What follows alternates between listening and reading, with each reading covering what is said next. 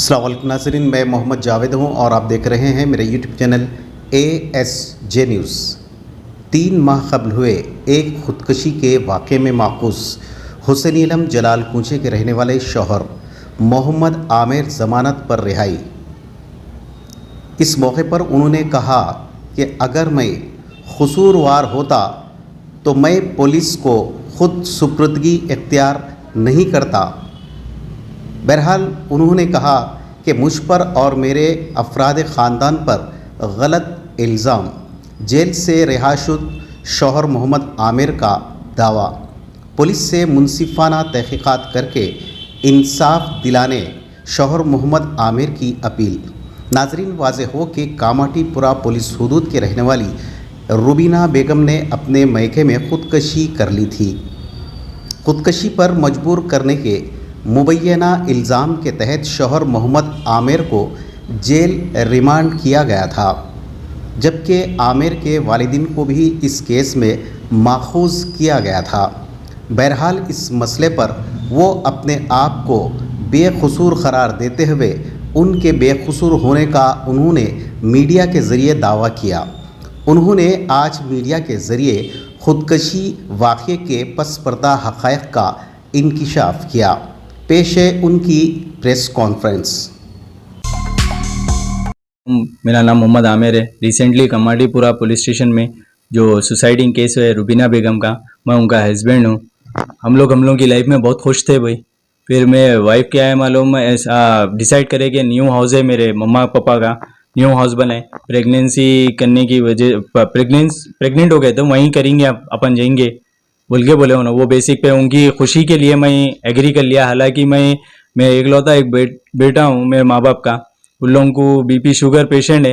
वो देखते हुए भी मेरी वाइफ की खुशी में मैं क्या है वहाँ चले गया। फिर वो थोड़े दिन अच्छे थे मेरे सास ससुरे। उसके बाद वो डिसाइड करे कि भाई ये बच्चे को दुबई बुला लेंगे। हालांकि मेरा खासा बिजनेस है।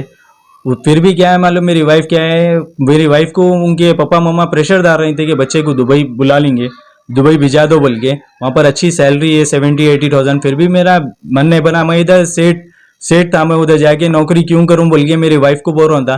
तो वही क्या है मालूम, कुछ ज्यादा ही हो जा रहा था। वो बेसिक पे क्या है, मैं चले गया, घर छोड़ के चले गया। 1 वीक हो गया था मेरे को। तो मैं चले गया वहां से। मैं दूर रहा तो उन्होंने थोड़ा मेरे को बुलाएंगे बोल के। मेरे को नहीं मालूम उसके बाद क्या हुआ क्या नहीं हुआ। मैं होटल में रहा था नीचे, 8 दिन था मैं। ये अफजलगंज पे था मैं। होटल ले गए 8 दिन।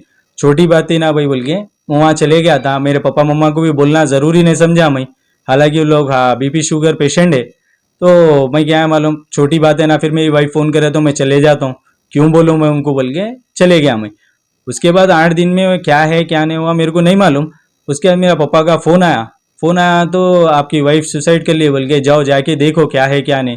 तो मैं मेरे फ्रेंड से मालूम करा तो वो लोग कुछ जान के बदले जान ऐसे ऐसे बातें कर रहे हैं। तो मैं पीएस जाना जरूरी समझा। पीएस को गया मैं, कमाटीपुरा पीएस को गया। तो वहां पर क्या बोले, नहीं आपके खिलाफ कंप्लेन है। तो मैं उधर ही बैठ गया। उसके बाद ये सब हुआ मेरे साथ। ऐसा मेरे को लेके आके ना हक के डाल दिए। कुछ भाई नहीं, मेरे खिलाफ सबूत कुछ भी नहीं है। फिर उसके बाद ये सब का टॉर्चर मैं सहा। मेरे को बाद में वो लोग को केस लगा के जेल को भेज दिए। फिर मेरे को नहीं मालूम। फिर भी मेरे को पुलिस पे भरोसा है कि और पुलिस इन्वेस्टिगेशन करेंगी इस बारे में। उन्होंने जहाँ सुसाइड करे वो उनके माँ बाप के घर में ही करे। और पुलिस क्या है मालूम, वहीं आएंगी, वो इन्वेस्टिगेशन करेंगे। जो कसूरवार है उनको सामने ले लेके आएंगे। पुलिस पे भरोसा है हमारे को। उम्मीद है मेरे को कानून से इंसाफ मिलेगा। अस्सलाम वालेकुम। मेरा नाम मोहम्मद अनवर, मैं जलाल कुचा हुसैनी आलम का रहने वाला हूँ। ये जो रुबीना बेगम सुसाइड जो कामाटीपुरा पीएस में आया था, मैं उनका बच्ची का ससुरा भी और उनका मामा भी होना। ये मेरी सगी बहन की लड़की थी, सगी बहन की बच्ची थी। ये बच्ची 2018 में शादी हुई और 2021 में इन्हों अलग हुए। इन्हों अपने बाव को बुला के बातचीत करे। मैं उनको समझाया, नहीं बेटे कौन है क्या फैमिली है, अपन लोगों से ना, मैं जो कुछ भी कर रहा हूँ आप लोगों के वास्ते अपन लोगों के वास्ते ही कर रहा हूँ ना। बोल के मैं समझा। इन्हों अच्छी बात है बोले, इन्हों अपने वालिद के साथ 2 घंटे ऊपर बैठे, बातचीत चली दोनों में। वो क्या बात हुई नहीं, हम तो अब नीचे काम को चले गए। जाते खुद इनके बाबा बोले मैं जा रहा हूँ अनवर भाई बोल के गए। इसके बाद बच्ची हर महीना जैसा अपने माँ बाप से मिलने जाती वैसी मिलने गई थी ये बच्ची। वहाँ जाकर बोली बच्ची मैं नहीं आती हूँ, मेरा सामान भेज दो। तो मैं ठीक है, कुछ जवाब तो नहीं दिया। मैं बच्चे से बात कर रहा था, बच्चा बोला नहीं मैं भी अलग रहना चाह रहा हूँ, अलग रहना चाह रहा हूँ। मेरे ससुरे बाहर जाते, मेरी सास की देखभाल करने वाले कोई भी नहीं है, मैं उनके साथ मैं वहीं रहता हूँ बोल के बोले। अच्छी बात है बोल के बातचीत हो गई। 4 महीने हो गया, उसके बाद ना हम उनके कांटेक्ट में ना उन्होंने हमारे कांटेक्ट में। क्या है क्या नहीं हमारे को कुछ भी नहीं मालूम हुआ। फिर एक जो बड़ी बहन का जो लड़का है उनकी मेरी साली को उनको दिया तो उनके जरिए मेरे को मालूम हुआ कि ये बच्ची ऐसा सुसाइड कर ली बोल के। पहले बोले बच्ची घर से भाग गई बोले, फिर दूसरी बार फोन करके बोले ये बच्ची सुसाइड कर ली बोल के। उसके बाद हमारी बीवी की तबीयत बहुत खराब हो गई, हाथों पैर कांपे, बीपी शुगर बढ़ गया। मैं उनको लेकर यहाँ से चले गया। उसके बाद बच्चे का कॉल आया, ऐसा हुआ करते बोलते। मैं हाँ सही है, मैं भी सुना। आप फौली जाके सिलेंडर हो जाओ बोले। बच्चा जाकर सिलेंडर हो गया। बच्ची सुसाइड कहाँ करी? ये बच्ची उनकी वालदा के घर पे ही करी। 4 महीने से वहीं थी, उनकी वालदा के साथ ही थी। हमारे संग चौथा साल रनिंग में था, 3.5 साल हमारे साथ थी। ऐसा कुछ नहीं हुआ, ना कभी कोई कंप्लेंट हुई हमारे नाम से, ना कभी कुछ हुआ। अच्छा मजे से थे वो लोग यहाँ पे। आपको कैसा मालूम हो फिर? मेरे को मेरी साली से मालूम हुआ कि ऐसा हुआ बोल के। उनका फोन आया तो मेरे मालूम हुआ। जब उस दौरान हमारी वाइफ जो सुने, बीवी हमारे सुनते उनके हाथों पैर चक्कर आके गिर गए। मैं जब इस गाड़ी में डाल लेके उनको लेके चलेगा। अब ये छुपा लेते उनका इलाज कर लेके। अब हमारे को बेल मिली, अब हम सामने आए। आप कहीं को छुप रहे थे आप? मेरी बीवी की तबीयत बहुत खराब हो गई थी, उनका बीपी शुगर हाई हो गया था, उनको हार्ट आ रहा था। उनका इलाज कराने के वास्ते मैं छुप लेते फिर रहा था। हम ये इसकी वजह से ही कर रहे थे कि इन्होंने हमारे खिलाफ कंप्लेंट कर दिए, जबकि हमारा कोई अमल था ना दखल था। 4 मंथ से गए हुए थे, हमारे को कुछ मालूम ही नहीं। कंप्लेंट कर दिया, तबीयत खराब हो गई। इधर हम इनको बचाने के चक्कर में छुप लेते, फिर लेते, इलाज करा लेते, वो कर लेते, फिर रहे थे हम लोग। उसके बाद बेल मिली, उसके बाद सामने आए, हम बयान वयान दिए। आज सामने अब हमारे को ये धमकियां मिल रही हैं, जान के बदले जान लेंगे, हम लोग मार देंगे बोल के।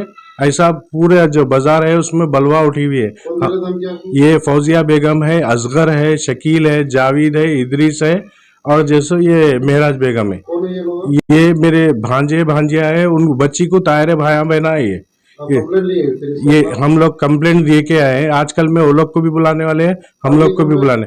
ये हम लोग पूरा हाई कोर्ट से कर लेते ऐसो है, पूरी जगह कंप्लेंट भेजे सो है कि आजकल में बुला के हमारे को बयान लेने वाले हैं।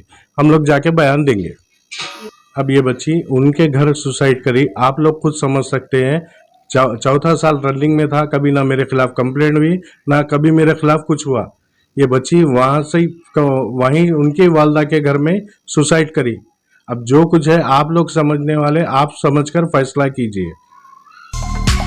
वालेकुम, मैं आमिर की वालदा हूँ। हम लोग को धमकियाँ आ रही कि जान के बदले जान लेंगे। कौन दे रहा था धमकी?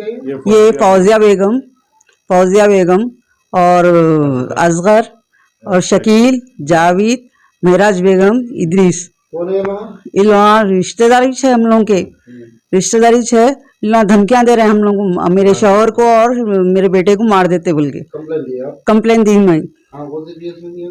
दूध बोली PS में। अगर हम लोग को कुछ हुआ तो पुलिस पे भरोसा है कि हमारे मौत के जिम्मेदार इन लोग रहेंगे।